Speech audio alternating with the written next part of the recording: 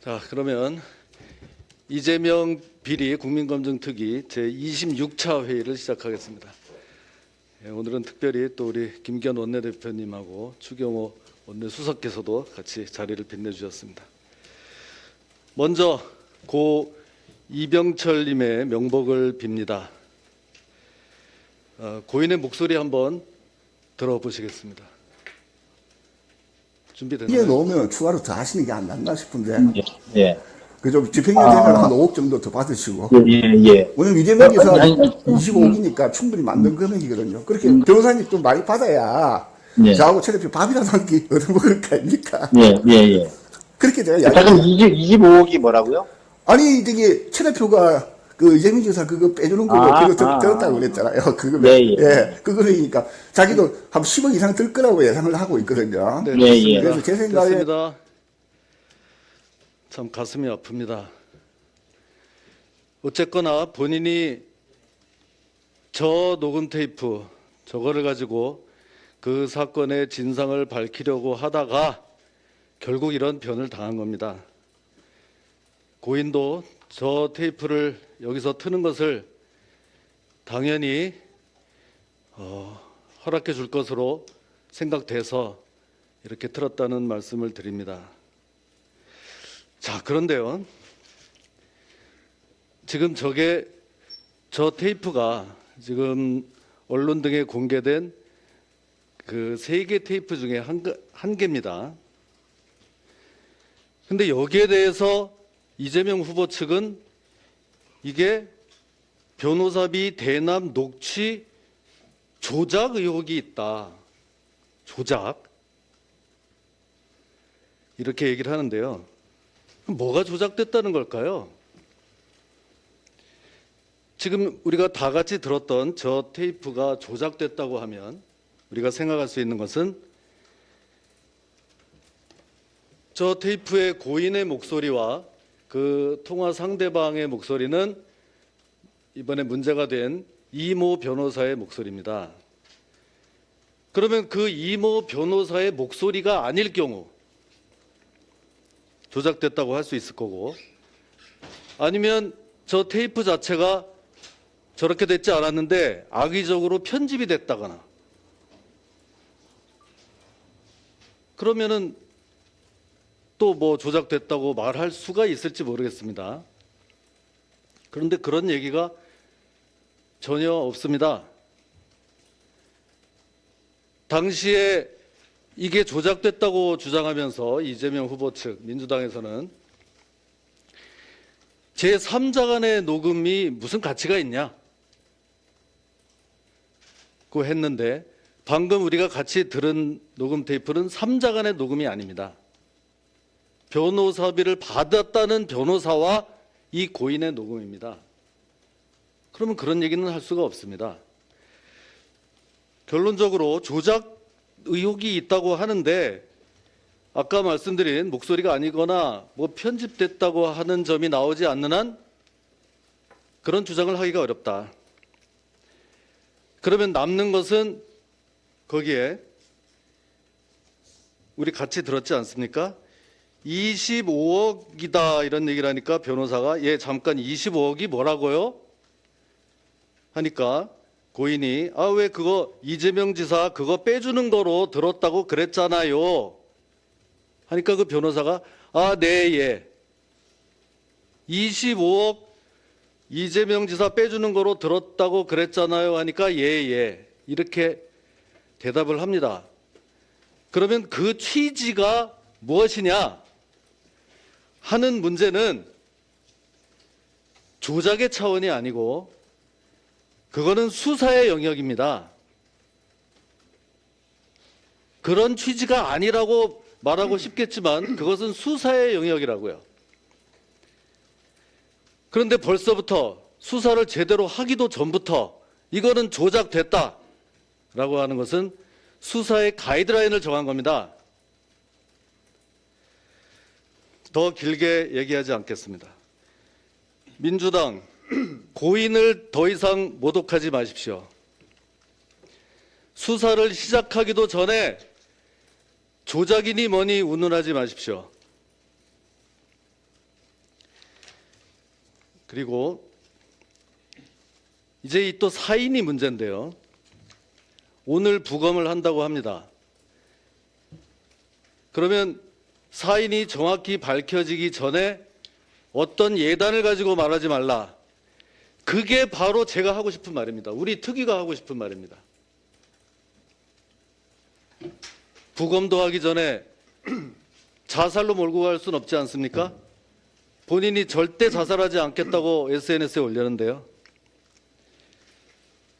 벌써부터 병사로 얘기하는 언론이 있습니다.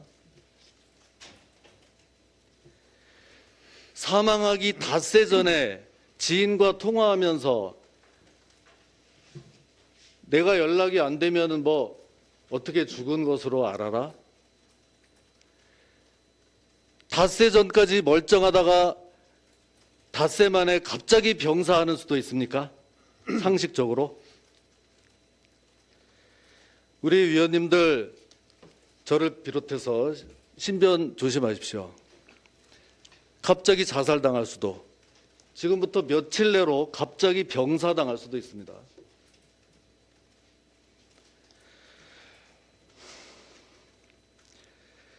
수원지검의 침대 수사가 이런 참사를 불렀습니다.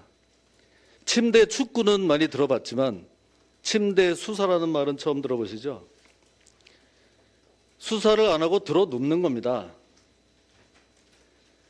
왜 이 녹취록에도 나오는 이 20억 무슨 주식인가 뭐에 해당하는 S 상장사 왜 압수수색 안 합니까?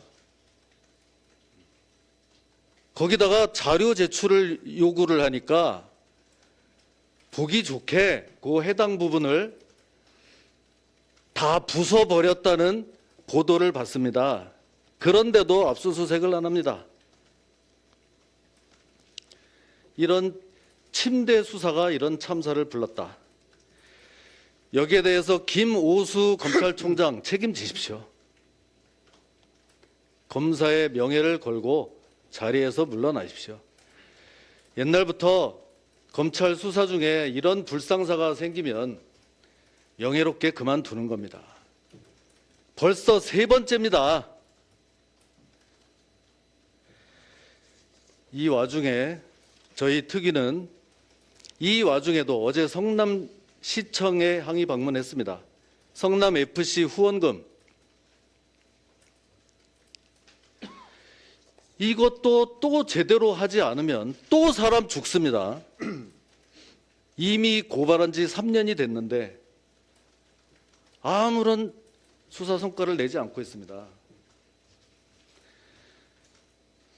자, 이게 성남FC, 성남시민축구구단이라는 데서 기업으로부터 161억 원을 후원금을 받았다는 것인데 그것도 이해관계가 있는 기업으로부터 이런 거액을 받았다고 하면 제3자 뇌물수수가 성립될 수 있다 이런 얘기입니다.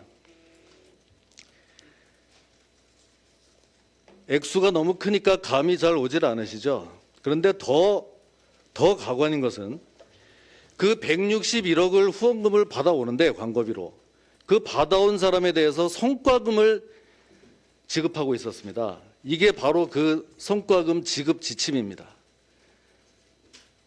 정말 어렵게 우리 이기인 의원이 확보해서 가지고 있는 건데요. 이 내용을 봤습니다. 10%에서 20%씩 성과금 인센티브를 지급한다는 겁니다.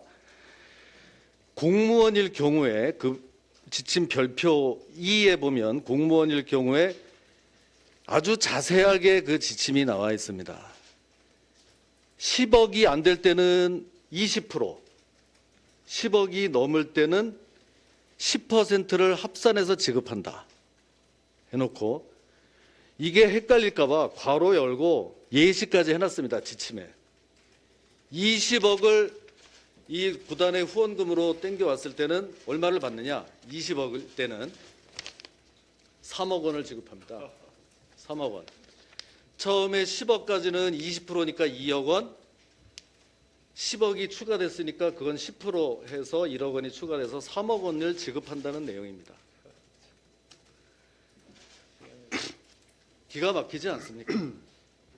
이거를 가지고 제가 그 지금 이해관계 기업으로부터 받았다는 161억 원을 이 계산법에 의해서 제가 낑낑대면서 계산을 해봤더니 20억 정도가 나옵니다.